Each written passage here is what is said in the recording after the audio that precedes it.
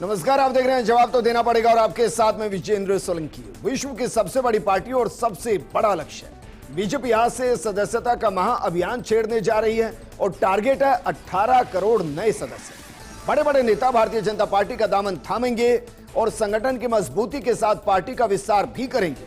Technology के इस दौर में बीजेपी एआई का भी सहारा लेगी ताकि कोई भी व्यक्ति 2 बार पार्टी की सदस्यता ना ले सके। और तस्वीर में आपको दिखा रहे हैं, सदस्यता अभियान के लिए प्रधानमंत्री मोदी बीजेपी ऑफिस पहुंचते हुए, जेपी नड्डा उनको रिसीव करते हुए। क्योंकि अभी तक बीजेपी के 18 करोड़ से ज्यादा सदस्य हैं, इसको समझने के लिए आपको आंकड़ा समझना पड़ेगा। 2014 में जो अभियान चला गया, 6 महीने के आसपास अभियान चला था, 11 करोड़ के आसपास सदस्य बनाए गए थे। 2019 में 7 करोड़ सदस्य बनाए गए। इस आंकड़े को जब आप जोड़ेंगे तो यह 18 करोड़ के आसपास है। फिलहाल अभी 51 दिन के अंदर 10 करोड़ का टारगेट रखा गया है।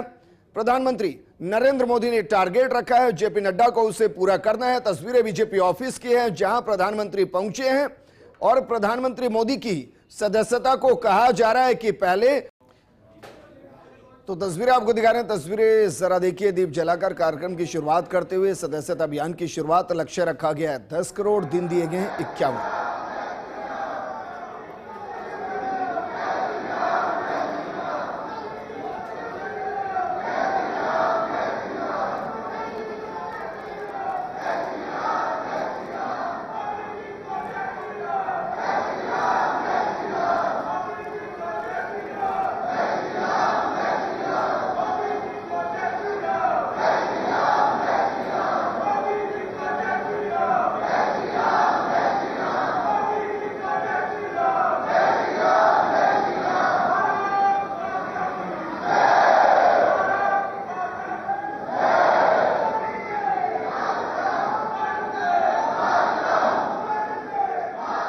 आपको दिखा रहे हैं, दीप जलाकर पुष्प अर्पित कर कार्यक्रम की शुरुआत करते हुए प्रधानमंत्री मोदी, जेपी नड्डा, राजनाथ सिंह और अमित शाह। लक्ष्य 10 करोड़, दिन दिए गए 51। सबसे पहले कहा जा रहा है कि प्रधानमंत्री मोदी की सदस्यता को रिन्यू किया जाएगा, लेकिन क्या वाकई में जो लक्ष्य रखा गया है वो लक्ष्य बीजेपी के 2029 के सपने में एक माइलस्टोन होगा। मामला सियासत से जुड़ा, सदस्यता से जुड़ा, न्यू इंडिया से जुड़ा। भारत माता की, भारत। तो कार्यक्रम शुरू हो चुका है, लेकिन सदस्यता, सत्ता और न्यू इंडिया के बीच में 10 करोड़ का आंकड़ा कितना महत्वपूर्ण है, इस मुद्दे पर बात करने के लिए हमारे साथ मौजूद हैं बीजेपी प्रवक्ता लक्ष्मीकांत पारिक जी, कांग्रेस प्रवक्ता प्रतीक सिंह जी और राजनीतिक विश्लेषक एकलव्य सिंह जी। शुरुआत लक्ष्मीकांत जी आपके साथ। 10 करोड़ का जो लक्ष्य रखा गया है वो 10 करोड़ नए कार्यकर्ता बनाने का है या उनमें वो भी 18 करोड़ शामिल होंगे जिनकी सदस्यता रिन्यू करने का वक्त है? देखिए, आज का श्री गणेश और आज के माननीय प्रधानमंत्री जी की सदस्यता जिस प्रकार से रिन्यूअल की गई है, इस बात का जीता जाता उदाहरण कि भारतीय जनता पार्टी का हर सदस्य का इसमें रिन्यूअल होगा। वे 18 करोड़ लोग भी इसमें शामिल होंगे जो भारतीय जनता पार्टी के वर्तमान सदस्य हैं। वे नए सदस्य भी शामिल होंगे जो अब बनने वाले हैं। तो मेरा मानना है कि भारतीय जनता पार्टी वर्तमान में विश्व की सबसे बड़ी पार्टी है और आने वाले समय में विश्व की सबसे बड़ी पार्टी रहेगी। इस बात का सिया जोतक है जी। जहाँ तक अभी आपने न्यू इंडिया और बहुत सारी बातें की, निश्चित रूप से नए भारत की ओर इशारा करती हुई भारतीय जनता पार्टी और मैं कह रहा हूं कि जो 10 करोड़ का लक्ष्य है 51 दिन में पूरा करने का, वो नए कार्यकर्ता यानी कि 18 के 28 करने हैं या जिन 18 में जिनकी इस वक्त सदस्यता रिन्यू होने की कगार पर है उनको जोड़कर 10 करोड़ है? देखिए, उनको जोड़कर 10 करोड़ करने का लक्ष्य रखा है। ठीक है। जिनको वर्तमान में भारतीय जनता पार्टी सदस्य है उनको जो भी जोड़ा जाएगा, नए सदस्य भी इसमें समायोजित किए जाएंगे जी। और 51 दिन का लक्ष्य है। ये लक्ष्य बाद में बढ़ाया भी जाएगा, लेकिन अभी वर्तमान में 51 दिन का लक्ष्य हम लेकर चल रहे हैं जिसमें 10 करोड़ सदस्य में बना जी। अच्छा, 18 करोड़ में से कितने ऐसे हैं जिनकी सदस्यता रिन्यू होने का वक्त आ गया? कोई आंकड़ा है ऐसा?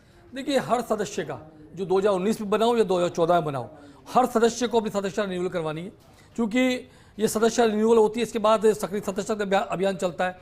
सक्रिय सदस्य बनने के पश्चात जो लोकतंत्र का पर्व भारतीय जनता पार्टी का आता है, उसके अंदर राष्ट्रीय अध्यक्ष से लेकर नीचे बूथ अध्यक्ष और ब्लॉक अध्यक्ष का और हमारे बूथ अध्यक्ष का भी चुनाव होता है। तो जिस प्रकार सदस्यता अभियान एक लंबे समय तक करीब 6 से 8 महीने तक चलने वाला है। इसके अंतर्गत सदस्य बनेंगे, हमारे बूथ अध्यक्ष बनेंगे, उसके बाद जिलाध्यक्ष।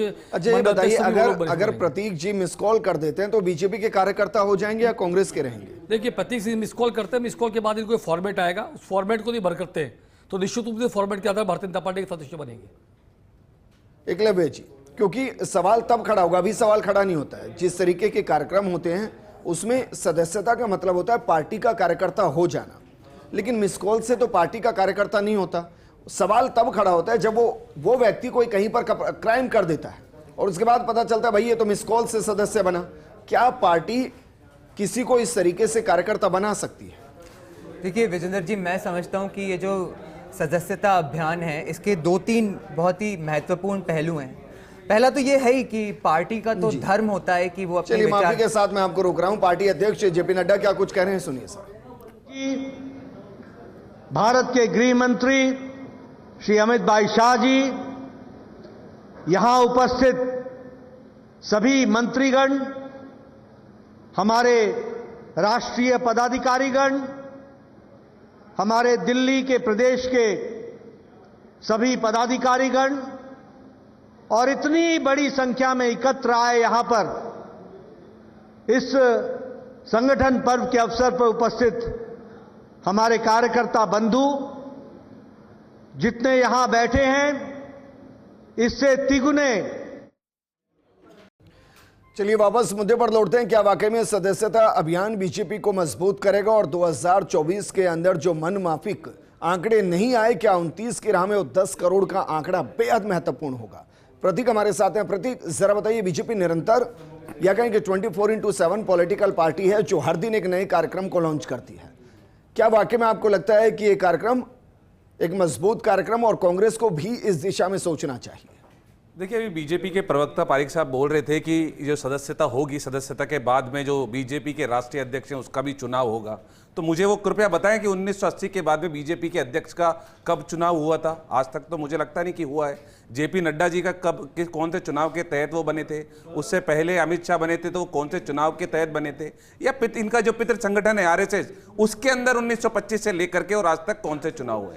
अब दूसरी बात मैं करता हूं कि आज से तो ये मिस कॉल का से तो सदस्य बना रहे हैं, लेकिन बिना मिस कॉल के इन्होंने सदस्य बनाने 2014 से चालू कर दिए थे, जैसे ईडी, इनकम टैक्स, सीबीआई। और आज एक नया खुलासा हुआ है माधवी बुच का, जिसने अपने पावर का दुरुपयोग करके आईसीआईसीआई बैंक से भी सैलरी लेते रहे और सेबी के अंदर भी डायरेक्टर और मेंबर बने रहे। तो इस तरीके के बहुत सारे सदस्य इन्होंने बनाए। और मैं पिछले 1 महीने से हरियाणा में हूं, मैं दावे के साथ कह सकता हूं जितने इनके मेंबर हैं ना, उतने वोट भी इनको हरियाणा और जम्मू कश्मीर में नहीं मिलेंगे। इसीलिए माहौल पलटने की, कुछ अलग अलग बातें करने की ये कोशिश की जा रही है, लेकिन अब इससे कुछ होने वाला है नहीं। जिस तरीके इसका माहौल हरियाणा और जम्मू कश्मीर में चल रहा है, मुझे लगता है कि इनके मेंबर भी अब इनको वोट देने वाले नहीं है। नहीं, लेकिन प्रतीक, मेरा सवाल ये था, क्या कांग्रेस भी इस तरफ गंभीरता से सोच रही है? क्योंकि ये सिर्फ काफी नहीं है ना भाई कि 10 साल चुनाव के बाद अगर 99 सीटें ले आए तो कह दिया जाए कि नहीं हम बहुत बेहतर काम हमारे करें। जनता के साथ कनेक्शन तो रखना पड़ेगा भाई। हमारे तो जो मेंबरशिप होती है वो बहुत ही ज्यादा प्रोफेशनल वे में और लोगों से संवाद करने के बाद में होती है। ऐसे नहीं कि कोई भी मिस कॉल मार दे, पाकिस्तान से मिस कॉल मार देगा वो इनका मेंबर बन जाएगा,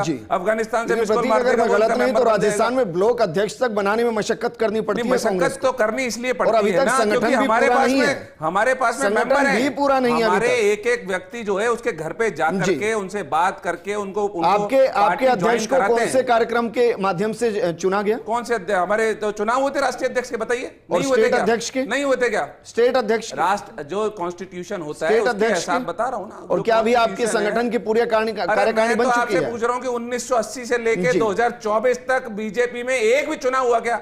आप मुझसे पूछ रहे स्टेट के चुनाव हो गए, मैं तो राष्ट्रीय अध्यक्ष का चुनाव अभी हुआ है हमारे पार्टी में। इनके बता दीजिए कब चुनाव हुआ था, या 100 साल हो गए आरएसएस को, इनके पितृ संगठन है, उसमें कब चुनाव हुआ था वो बता दीजिए। ठीक है एकलव्य, क्या वाकई में जो चुनाव है कुछ राज्यों के अंदर, चाहे जम्मू कश्मीर की बात करें या हरियाणा की बात करें, वहां मोमेंटम क्रिएट करने के लिए बीजेपी इस अभियान को लेकर आई है? देखिए, चुनाव तो कहीं ना कहीं विजेंद्र जी होते ही रहते हैं हर समय, परंतु इसमें 2-3 पहलू हैं जो मैं आपको जल्दी जल्दी बता देता हूं। सबसे पहली बात तो ये है कि किसी भी पार्टी का ये एक तरह से धर्म होता है कि वो अपनी विचारधारा का विस्तार करे। तो बीजेपी अपने आप को जिस तरह से जनता के बीच से उठी हुई पार्टी बताती है, तो जनता के बीच से ही वो अपने नए सदस्य भी लेके आएगी। परंतु इसमें एक पार्ट जो बड़ा इंपॉर्टेंट है वो ये है कि जो अभी इन्होंने बताया कि जो वर्तमान सदस्य हैं वो भी दोबारा से सदस्यता ग्रहण करेंगे। मैं समझता हूं कि विजेंद्र जी जब 2014 में मोदी जी आए थे, उसके पहले और अब में लगभग 2 गुना या उससे भी ज्यादा का भाजपा के सदस्यों में अंतर है। तो अब जो 2024 में जो ये अंतर आया वोटों में और सीटों में, तो मैं समझता हूं कि इससे एक आंकड़ा बनेगा जिससे कि बीजेपी एक तरह से समीक्षा भी कर पाएगी कि जो इस समय हमसे लोग जुड़े इस कालखंड में, तो क्या उनमें वृद्धि हुई है या कुछ ठीक है। आप ये कह रहे हैं कि ये एक तरीके का लिटमस टेस्ट भी है लोकप्रियता चेक करने का कि भाई कितने नए सदस्य जुड़ पा रहे हैं। एक जो इसका तीसरा पहलू है विजेंद्र जी, जो वो भी बड़ा इंपॉर्टेंट है कि जो 10 करोड़ का जो ये लक्ष्य बता रहे हैं, उसमें जो भाजपा का जो अल्पसंख्यक जो इनका मोर्चा है उसने भी 50 लाख सदस्य बनाने का जो है एक लक्ष्य रखा है। अब आप देखिए इसमें इंटरेस्टिंग क्या है कि देश में 50 लाख, बिल्कुल बिल्कुल 50 लाख मुसलमानों को सदस्य बनाने का इन्होंने लक्ष्य रखा है। अब आप देखिए कि जब इन्होंने उनको 4 करोड़ पक्के घर बना के दे दिए और ट्रिपल तलाक का कानून बना के दे दिया, तब तो वोट मिले नहीं। अब क्या सदस्य बनाने से वोट मिल जाएंगे? लेकिन मेरा इससे भी इंटरेस्टिंग सवाल है कि भाई समझता हूं जी लक्ष्मीकांत जी, यहीं से मेरा सवाल है, क्या वाकई में अगर 50 लाख का ही लक्ष्य रखा गया है तो क्या मानकर चल रहे हैं कि एक बड़ी तादाद अल्पसंख्यक की हमारे साथ नहीं जुड़ रही है और जुड़ना नहीं चाहती है? यह गंभीर सवाल है सर। देखिए, सबसे पहले तो मैं प्रतीक जी बात का जवाब देता हूँ। जिस पार्टी ने गांधी और नेहरू परिवार के अलावा किसी को अपना राष्ट्रपति बनाने का प्रयास आज तक नहीं किया, के कामराजन के बाद से लेकर के और बीच में केसरी जी और केसरी बाद में वर्तमान अध्यक्ष, अभी बीच में बोले तो ठीक है, अच्छी बात। अब मुझे समझ नहीं आ रहा बीच में क्यों बोलते हैं। मोतीलाल नेहरू, इंदिरा गांधी, संजय गांधी, राजीव गांधी, राहुल गांधी और राहुल जी की शादी में मनाओ, अगला राष्ट्रीय देश कौन बनने वाला है? यहाँ तो जन केश लाल के शेरवानी, अटल बिहारी वाजपेयी बड़ी लंबी है जो राष्ट्रीय अध्यक्ष पार्टी आंतरिक लोकतंत्र जिंदा है, आपके जिंदा नहीं है, राष्ट्र में लोकतंत्र जिंदा है, बीजेपी का जिंदा है। आप तो वे लोग हैं जो राष्ट्र में वोटने वाले लोग हैं। आप तो प्रदीप जी ध्यान रखिए इस बात का। एक सवाल पूछ रहा हूं लक्ष्मीकांत जी, उनका सवाल ये था कि भाई अगर आप इसको लोकतांत्रिक व्यवस्था कह रहे हैं तो कब चुनाव के जरिए अध्यक्ष को चुना गया? वो सिंपल सा सवाल कर रहे हैं। वो ये नहीं कह रहे हैं कि आपने अलग अलग विचारधारा के लोगों को घोषित किया कि जिन्होंने खुद की पार्टी में लोकतंत्र नहीं, हम पर बात कर रहे हैं। तो हमेशा हमारे यहाँ तो लोकतंत्र की बात हुआ है। आडवाणी जी बने हो, ठाकरे बने हो या अन्य कोई व्यक्ति बनाओ, जब भी हुआ लोकतंत्र के माध्यम से राष्ट्रीय परिषद की बैठक बुलाई गई है, कार्यकर्ताओं बुला के लक्ष्मीकांत जी वो ये कह रहे हैं भाई कि क्या चुनाव के माध्यम से पार्टी के ब्लॉक अध्यक्ष, पार्टी के स्टेट अध्यक्ष वो मिलकर क्या राष्ट्रीय अध्यक्ष को चुन रहे हैं कि नाम आते हैं वो चुन रहे हैं? निश्चित रूप से हमेशा ऐसा होता है। आइए, हमारा पर्व चल रहा है, आइए देखिए, आइए कभी शामिल होइए हमारे अंदर, आइए पता लग जाएगा आपको। जेपी नड्डा जी को जब बनाया गया अध्यक्ष, उनके पैरेलल कौन था जिसके बगल में वोट हुआ? आपका नंबर बताता हूँ, 88000204 पर मिस कॉल करिए ना, आइए शामिल होइए, पता लग जाएगा। वापस लौट रहा हूँ, 1 मिनट। 50 लाख का लक्ष्य है लक्ष्मीकांत जी, बिल्कुल निश्चित रूप से देश में 50 लाख का लक्ष्य रखा है। निश्चित रूप से विजेंद्र भाई वो सवाल का जवाब नहीं है। 22-23 करोड़ की पॉपुलेशन में, चुनाव कब हुआ था ये जवाब 22-23 करोड़ की पॉपुलेशन में सर। विजेंद्र जी ऐसा है कि 10 साल से मोदी सरकार को माना जाता है कि ये एक स्कैम फ्री सरकार रही है और कोई घोटाला नहीं हुआ। मैं तो समझता हूं कि मोदी सरकार का सबसे पहला कोई सबसे बड़ा घोटाला होगा तो वो यही होगा। पता चला कि 50 लाख सदस्य बने और उसमें से 49 लाख सदस्यों ने वोट कांग्रेस को दे दिया। ये जो अल्पसंख्यक मोर्चा का इनका जो लक्ष्य बना है ना, इसकी यही स्थिति है। और आप एकलव्य जी, समस्या ये है कि जो हम इस तरीके से सोच पोषित करते हैं ना, यहीं से अल्पसंख्यक छिटक जाता है। वो लगता है कि हम कितने ही क्रेडिबल इनके लिए हो जाए, वो बाद में हमें विश्वास ही नहीं करते हैं। आपने भी तो यही किया ना कि 50 लाख रहे और 49 लाख वोट को दे जाएंगे। बात को अपने हिसाब रह सकते हैं, लेकिन भारतीय जनता पार्टी लक्ष्य निर्धारित है 50 लाख से अधिक सदस्य मोर्चे बनेंगे, क्योंकि जो भी ट्रिपल तलाक जैसा मुद्दा, अन्य मुद्दों को लेकर भारतीय जनता पार्टी करने का भारतीय जनता पार्टी ने किया है। इसका नतीजा कि 50 लाख से अधिक सदस्य बनेंगे इस बार। और जिस बात करें, आइएगा हमारे पास आके देखिएगा, जब 50 लाख का लक्ष्य पूरा हो जाए तो आपको दिखाएंगे। लक्ष्मीकांत जी, मेरा सवाल यह है कि भाई मैं थोड़ा कंफ्यूज हूं कि जो 10 करोड़ का लक्ष्य है उसमें कितने ऐसे हैं जो अभी सदस्य हैं और जिनको रिन्यूअल कराना है, और कितने ऐसे हैं जो नए जोड़ने, क्योंकि जो हम लक्ष्य रखते हैं ना वो तो नए जोड़ने का रखते हैं ना, तो नए जोड़ने का लक्ष्य कितना है? देखिए नए जोड़ने का लक्ष्य भी है, साथ में पुरानों की रिन्यूअल भी है। अरे सर कितना है? 5 साल बाद 18 करोड़ हम मानकर चल रहे हैं, जो हमारे मेंबर्स हैं, जो आपकी तरफ से बताया गया कि 11 करोड़ 14 में और 7 करोड़ 19 में, अब ये 18 कितना करना है? 18 करोड़ का लक्ष्य तो निर्धारित है ही है कि ये लोग सब लोग रिन्यूअल करेंगे अपना। इसके अलावा 10 करोड़ का लक्ष्य भी और रखा है कि 10 करोड़ पार्टी 51 दिन नए अच्छा, सदस्यों का 28 सर्जन कह रहे हैं करेगी। कि भाई 28 होंगे 51 दिन के बाद। हमारे 28 18 तो करोड़ हमारे सदस्य हैं। विजेंद्र भाई ये भी पूछ लीजिए लास्ट चुनाव कब हुए थे, ये तो बता दीजिए पारिक साहब। अरे भैया हमारे तो हर 5 साल में चुनाव होता है, हर कब हुआ था? हर 3 साल में चुनाव होता है, 3 साल में अध्यक्ष बदलता है, कौन जेपी दो नड्डा जी कैंडिडेट बार फिर थे? अध्यक्ष बनेगा। हमारा तो फिर लक्ष्य है अरे अभी कौन भाई दो के बाद कैंडिडेट जेपी थे पूछ नड्डा रहा जी हूं मैं, अध्यक्ष आपको पता नहीं है क्या? सीधे आपको तौर पता पर नहीं है? और बिल्कुल परिषद की बात आपको बने। पता नहीं है नड्डा जी के अच्छा, सामने ठीक है, कौन थे एक कैंडिडेट मिनट। बताइए। वो ये कह रहे कैंडिडेट हैं, चुनाव लड़ने का नहीं है, हमारा राष्ट्रीय पर्व है, हमारा पर्व लोकतंत्र का, हम वो उनसे ये कह रहे बातें हैं कि भाई जैसे कांग्रेस में मल्लिकार्जुन खड़गे और शशि थरूर 2 कैंडिडेट थे, आपके यहाँ जेपी नड्डा जी के साथ कौन कैंडिडेट थे? 1980 से आज तक अरे 1980 से आज तक चुनाव हुआ है, आपके यहाँ तो सिर्फ प्रोटोकॉल होता है। गहलोत जी बना चाहते, गहलोत जी बने नहीं, आपने खड़गे जी बना दिया। भाई राष्ट्रीय अध्यक्ष आपके जिसे बनाना चाहते थे वो तो आपके हालाकाल का सिर्फ फोकस खड़ा हो गया था। विजेंद्र भाई मैं तो अच्छा, बोल रहा हूं एक और 1980 से सवाल, बता भाई जो दीजिए। मिस कॉल देगा, मानो प्रतीक जी ने मिस कॉल दी, अब इनको सर्टिफिकेट आएगा कि आप बीजेपी के सदस्य हैं? देखिए ये मिस कॉल देंगे, मिस कॉल के बाद एक फॉर्मेट आएगा, फॉर्मेट को भरना होगा, और भरने पश्चात के बाद एक डिक्लेरेशन सर्टिफिकेट आएगा या भारतीय जनता पार्टी सदस्य बन गए। नहीं सर, मैं फिर कंफ्यूज हूं, क्योंकि राजस्थान में 2013 में 80 लाख लोगों ने मिस कॉल दी थी, उनको सदस्य मान लिया गया था। अब आप ये कंफर्म कर रहे हैं कि उनके सर्टिफिकेट जारी हुए थे? बिल्कुल सबके सर्टिफिकेट जारी होते, जिसने अपलोड किया और अपलोड लेकर सर्टिफिकेट लिए उन सबके सर्टिफिकेट जारी हुए। लेकिन इस बार हमने एक परिवर्तन उसमें किया है कि मिस कॉल के बाद एक फॉर्मेट आएगा, फॉर्मेट में नाम, पता, विधानसभा, अपना कार्यकाल, अपना पूर्व राजनीतिक परिचय या नहीं है तो वह सब चीज उसमें डाल। अब अगर मिस कॉल के बाद वो पर्चा नहीं भरता तो वो सदस्य है या नहीं है? नहीं, मिस कॉल के बाद उसको फॉर्मेट बनना ही होगा, वरना सदस्य नहीं है। नहीं है तो वो फेक मिस कॉल होगी ना? मिस कॉल होगी, वो ऐसा मिस कॉल उस पर कंटिन्यूस में नहीं है कि मिस कॉल के तुरंत बाद उसका मैसेज आएगा, मैसेज के बाद उसको अपलोड करना होगा, और उस अपलोडेशन के बाद में वो सदस्य बनेगा, उसका सर्टिफिकेट वहां से जनरेट होगा। अच्छा, इसका एक कारण ये भी है कि जम्मू कश्मीर और हरियाणा के अंदर चुनाव और वहां मोमेंटो बने, क्योंकि धाराएं अलग तरीके से बहती होती है। हमको मोमेंटो की आवश्यकता नहीं, पूरे देश में भारतीय जनता पार्टी लहर है। ये तो वर्तमान कांग्रेस को इस बार 99 सीटें मिल गई, तो कनक कनक से सोगुनी बाधकता दिखा है, एक खाई बोला ने एक खाई पकड़ा है, स्थिति इनकी बन चुकी है भैया। ठीक है, लेकिन प्रतीक एक आंकड़ा तो कांग्रेस को भी चाहिए होता है पार्टी के विस्तार के लिए, या मानकर चल रहे हैं कि भाई बहुत पुरानी पार्टी है, ग्रामीण इलाकों में अभी भी कांग्रेस कहा जाता है कांग्रेस को? देखिए चलिए, माफी के साथ ही मैं आपको रोक रहा हूं। अमित शाह क्या कुछ कह रहे हैं, सुनिए सर। इस सदस्यता अभियान और संगठन पर्व का पूरा काम करने का हम सब कार्यकर्ताओं ने निर्णय किया है। ऐसे नड्डा जी, हमारे पूर्व राष्ट्रीय अध्यक्ष और अभी देश के रक्षा मंत्री श्रीमान राजनाथ सिंह जी, और आज इस सभागार और देश भर में फैले हुए हमारे कार्यालयों में बैठे हुए सभी कार्यकर्ता भाइयों बहनों, आप सभी को राम राम, नमस्कार। मित्रों, आज हम सब भारतीय जनता पार्टी के कार्यकर्ता और देश भर में फैले हुए करोड़ों भाजपा के शुभचिंतकों के लिए एक शुभ दिन है, क्योंकि आज ही मोदी जी के सदस्यता लेते ही हमारा 2024 का सदस्यता अभियान एक प्रकार से फिर से चालू होगा और वो अपने गंतव्य स्थान पर पहुंचेगा।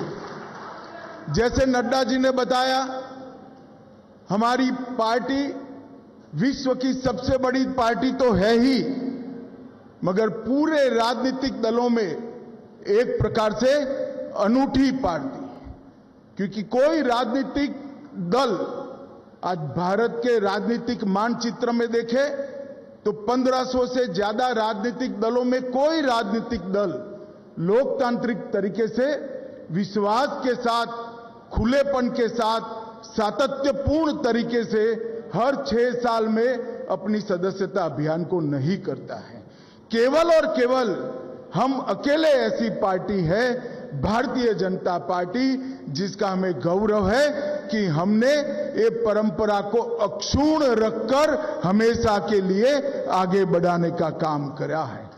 मित्रों, आज सदस्यता अभियान शुरू हो रहा है। आज भारतीय जनता पार्टी के कई कार्यकर्ता आज से लेकर सदस्यता अभियान के समारोह तक फिर से सदस्यता लेंगे। कई सारे शुभेच्छक हमारे कार्यकर्ता बनेंगे, सदस्यता लेंगे और ये धीरे धीरे पार्टी में इस प्रकार से अपने आप को समाहित कर। ये पार्टी में कार्यकर्ता ये कोई महज सदस्यता का एक अंक नहीं है। हमारे यहां कार्यकर्ता एक जीवंत इकाई है। हमारे यहां कार्यकर्ता विचारधारा का वाहक है। हमारे यहां कार्यकर्ता कार्य संस्कृति का पोषक है और हमारे कार्यकर्ता सरकार और संगठन के बीच में कड़ी का भी काम करते हैं, जो सरकार को हमेशा जनता के साथ जोड़कर रखता है। मित्रों, कार्यकर्ताओं के इस जनता के जुड़ाव के कारण ही सशक्त और समृद्ध भारत के निर्माण का स्वप्न हमने चरितार्थ करना है। 1950 से जो हमारा कारवां चला है, हम बहुत छोटी इकाई थे। वहां से लेकर राष्ट्र की सबसे बड़ी पार्टी बने तब तक हर चुनाव में हमने भारत माता की जय के जयकारे के साथ हमारे विरोधियों को हमेशा हमेशा ललकारा है। और ये जो हमारा उत्साह है, ये उत्साह एक जीवंत संगठन से आता है। जब सदस्यता अभियान शुरू होता है तब यहां पर यही हॉल में एक कार्यशाला हुई थी। उस वक्त मैंने कहा था कि हमारा सदस्यता अभियान सर्वस्पर्शीय और सर्वसमावेशक होना चाहिए। सर्वस्पर्शीय से हर एक बूथ के अंदर, कोई बूथ कहीं पर भी देश के पहाड़ पर हो, जंगलों में हो, द्वीपों में हो, कोई बूथ अछूता नहीं रहना चाहिए। और सर्वसमावेशक से हमारा मतलब है हर एज, हर ग्रुप, हर जाति, हर मजहब, हर एक व्यक्ति को भारतीय जनता पार्टी में समावेश करने के लिए ये हमारा सदस्यता अभियान आगे बढ़ना चाहिए। पूरा कार्य योजना बना है, नड्डा जी ने बनाया है और मैं बड़े विश्वास के साथ कहना चाहता हूं कि इस बार भी 14 की भांति हम 10 करोड़ की सदस्यता के लक्ष्य को देखते देखते पार कर देंगे। मित्रों, भारतीय जनता पार्टी एक प्रकार से एक विचारधारा को लेकर चली।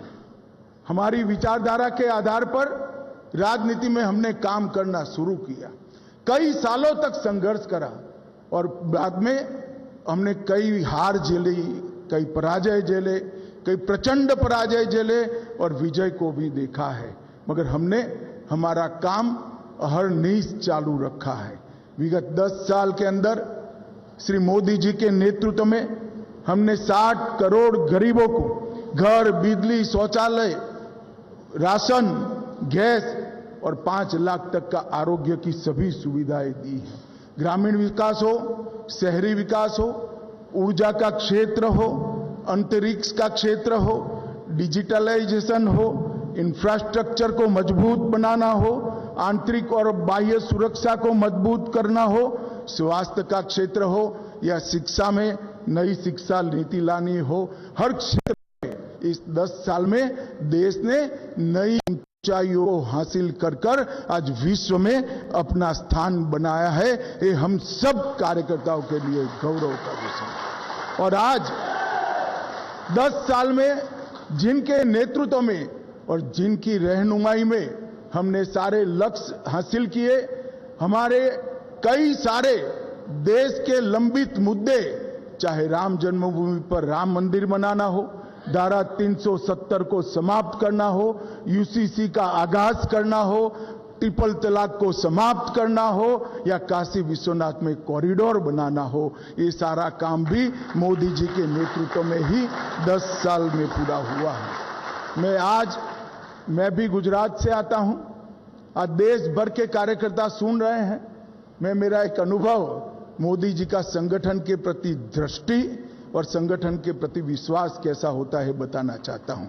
मित्रों, पूरे देश भर में भारतीय जनता पार्टी के इतिहास में कार्यकर्ता को इंस्टीट्यूशन बनाना का काम और सदस्यता को इंस्टीट्यूशनलाइज करने का काम, संस्थागत करने का काम अगर किसी एक व्यक्ति ने किया है तो नरेंद्र मोदी जी। लेट 80 के दशक में मोदी जी संगठन मंत्री बने गुजरात के। हमारी पर्चियां तो पहले ही भी कटती थी और ढेरों कार्यालय में पड़ी रहती थी, कभी इसके रजिस्टर नहीं होते थे। मैं उस अभियान का हिस्सा था, मैं सह इंचार्ज था, आनंदीबेन हमारी इंचार्ज थी। मुझे आज भी याद है कि मोदी जी ने दिन रात अहर्ष निश 45 दिन पूरी रात गाड़ी में ट्रैवल करते हुए सदस्यता अभियान को इंस्टीट्यूशनलाइज करा। न केवल डाटा, हर सदस्य का डाटा रजिस्टर में रजिस्टर हुआ, इसका कंप्यूटराइजेशन हुआ। कितने किसान हैं, कितने युवा हैं, कितने ग्रेजुएट हैं, कितने महिलाएं हैं, कितने ग्रामीण हैं, कितना शहरी है, और एक सुंदर संगठन का दृश्य बनाया और उसमें से गुजरात का संगठन नया बना। मित्रों, हम सब के लिए ये संगठन के अंदर जान डालने का काम हम सब का बनता है। आज यहां पर आए हैं हम सब, तब हमारी सदस्यता का लक्ष्यांक नड्डा जी ने हमारे सामने रखा है और सदस्यता अभियान को पूर्ण कर कर संगठन पर्व होगा, नया संगठन बनेगा और फिर एक बार भारत विजय, भाजपा विजय का अभियान यहीं से शुरू होगा। भाई और बहनों, मोदी जी ने हम सबके सामने महान भारत की एक कल्पना रखी, विकसित भारत की एक कल्पना रखी है। एक ऐसा भारत जो जब आजादी की शताब्दी मनाई जाएगी तब विश्व में, हर क्षेत्र में, पूरे विश्व में सर्वप्रथम हो, ऐसे भारत की रचना का स्वप्न हम सबके सामने है। और वो स्वप्न की सिद्धि का मार्ग भाजपा कार्यालय से हम सब के लिए जाता है और इसके लिए ही ये सदस्यता अभियान है। आइए हम सब मिलकर मोदी जी और नड्डा जी के नेतृत्व में हर गली गली, हर घर घर, गांव में, शहर में, पहाड़ों में, जंगलों में, द्वीपों में, हर जगह जाकर भाजपा का परिवार का विस्तार करें, पार्टी में फिर से एक बार नया खून लाएं और वो नए आए हुए लोगों को भी पार्टी की कार्य संस्कृति से परिचित कराएं। मुझे पूरा विश्वास है कि भारतीय जनता पार्टी के करोड़ों कार्यकर्ता इस अभियान को सफल बनाएंगे और मोदी जी का जो महान भारत और विकसित भारत का स्वप्न है उसको हम संगठन के माध्यम से ही चरितार्थ करेंगे, इसका मुझे विश्वास है। आज मैं नड्डा जी, प्रधानमंत्री जी और देश के करोड़ों कार्यकर्ताओं को हृदय से बहुत बहुत शुभकामनाएं देकर मेरी बात को समाप्त करता हूं। वंदे मातरम।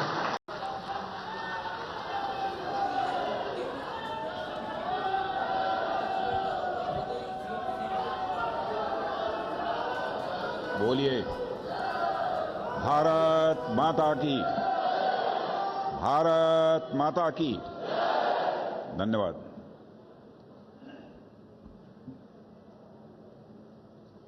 भारत के प्रधानमंत्री, आदरणीय प्रधानमंत्री श्री नरेंद्र मोदी जी, भारतीय जनता पार्टी के राष्ट्रीय अध्यक्ष जी और भारत सरकार के गृह मंत्री और पार्टी के पूर्व राष्ट्रीय अध्यक्ष श्री अमित भाई शाह जी, सभागार में मौजूद मेरे सभी सम्मानित कार्यकर्ता बहनों एवं भाइयों, हमारे राष्ट्रीय अध्यक्ष जी ने और हमारे पूर्व राष्ट्रीय अध्यक्ष गृह मंत्री श्री अमित भाई ने आज का जो यह कार्यक्रम हो रहा है उसके उद्देश्य के बारे में विधिवत आपको जानकारी दी है। आप सभी जानते हैं, हम सभी भारतीय जनता पार्टी के कार्यकर्ता हैं। बहनों भाइयों, भारतीय जनता पार्टी एक राजनीतिक पार्टी है और इस सच्चाई को कोई नकार नहीं सकता कि नेताओं की कथनी और करनी, नेताओं की वर्ड्स और डीड्स में अंतर होने के कारण भारत की राजनीति और भारत के नेताओं पर से जनता का विश्वास कम हुआ है। भारत की राजनीति में इसके पहले नेताओं की कथनी और करनी में अंतर होने के कारण जो विश्वास का संकट पैदा हुआ था, क्राइसिस ऑफ क्रेडिबिलिटी जो पैदा हुई थी, उस क्राइसिस ऑफ क्रेडिबिलिटी को, विश्वसनीयता के संकट को किसी ने चुनौती के रूप में स्वीकार किया है, तो हमारे प्रधानमंत्री श्री नरेंद्र मोदी जी ने उसकी चुनौती के रूप में स्वीकार किया। कोई यह कह सकता है कि अपना प्रधानमंत्री होने के नाते उनकी प्रशंसा में मैं बात कर रहा हूं। बहनों भाइयों, प्रशंसा में मैं बात नहीं कर रहा हूं। बहुत सारी सरकारों को इस आजाद भारत में काम करते हुए आपने भी देखा है, हम लोगों ने भी देखा है। जब से मैं केंद्र की बात कर रहा हूं, गुजरात राज्य में जो मुख्यमंत्री रहे उस समय की बात नहीं कर रहा हूं, क्योंकि 2014 में जब वो भारत के प्रधानमंत्री बने उस समय मैं पार्टी का राष्ट्रीय अध्यक्ष था। जब हमारा चुनावी घोषणा पत्र बन रहा था उस समय भी हमारे प्रधानमंत्री जी ने बार बार यह कहा कि अध्यक्ष जी, इस बात की सावधानी बरतिएगा कि चुनावी घोषणा पत्र में जो कुछ भी कहा जाए उसका हम अक्षरशः पालन कर सकें। और 2019 में भी चुनावी घोषणा पत्र बनाने की जिम्मेदारी आपने मेरे ही कंधों के ऊपर दी थी, और इस बार भी के चुनाव में भी वह जिम्मेदारी आपने मेरे कंधों के ऊपर दी। बार बार आपका यह आग्रह रहा है, घोषणा पत्र संभल कर बनाया जाना चाहिए कि कहीं ऐसा न हो कि जो हम कह रहे हैं हम उसे पूरा न करें। यानी हमारे कथनी और करनी, हमारे वर्ड्स और डीड्स, हमारे कहने और करने में कोई अंतर नहीं होना चाहिए। इसलिए मैं कहना चाहता हूं मेरे बहनों भाइयों, हम सबको गौरव की अनुभूति होनी चाहिए कि हम एक ऐसी राजनीतिक पार्टी के कार्यकर्ता हैं जो राजनीतिक पार्टी केवल इस दुनिया की सबसे बड़ी ही राजनीतिक पार्टी नहीं है, बल्कि सबसे क्रेडिबल, सबसे विश्वसनीय राजनीतिक पार्टी यदि कोई है तो भारतीय जनता पार्टी।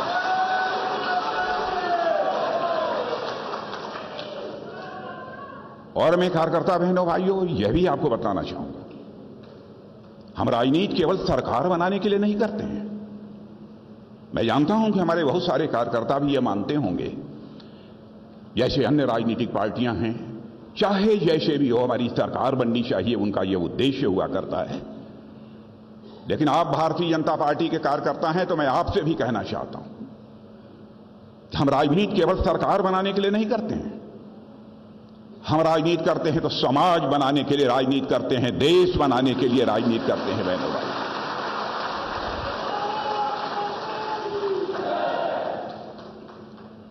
भारतीय जनसंघ के रूप में जिस समय हम लोगों ने अपनी राजनीतिक यात्रा प्रारंभ की थी, तब से लेकर आज तक जिस विचारधारा को, जिस दार्शनिक अवधारणा को उस समय हम लोगों ने स्वीकार किया, जिस आइडियोलॉजी को स्वीकार किया, निरंतर उस पर हम आगे बढ़ते चले जा रहे हैं। रंच मात्र भी हमारा डेविएशन उससे नहीं हुआ है। यदि हम कहते हैं कि हम राजनीति केवल सरकार बनाने के लिए नहीं कर रहे हैं, बल्कि समाज बनाने के लिए, देश बनाने के लिए कर रहे हैं, तो क्यों कह रहे हैं? क्यों हमारी विचारधारा जो है, वह विचारधारा, वह हमारी दार्शनिक अवधारणा, वही हमको संदेश देती है, वही हमको यह प्रेरणा देती है कि हमको इस प्रकार की राजनीति करनी है कि हर व्यक्ति को सुख की प्राप्ति हो, हर व्यक्ति को आनंद की प्राप्ति हो। हम ऐसी सरकार देना चाहते हैं इस देश को। और अपनी ही दार्शनिक अवधारणा में, दार्शनिक अवधारणा देने वाले हमारे स्वर्गीय पंडित दीनदयाल जी उपाध्याय ने कहा था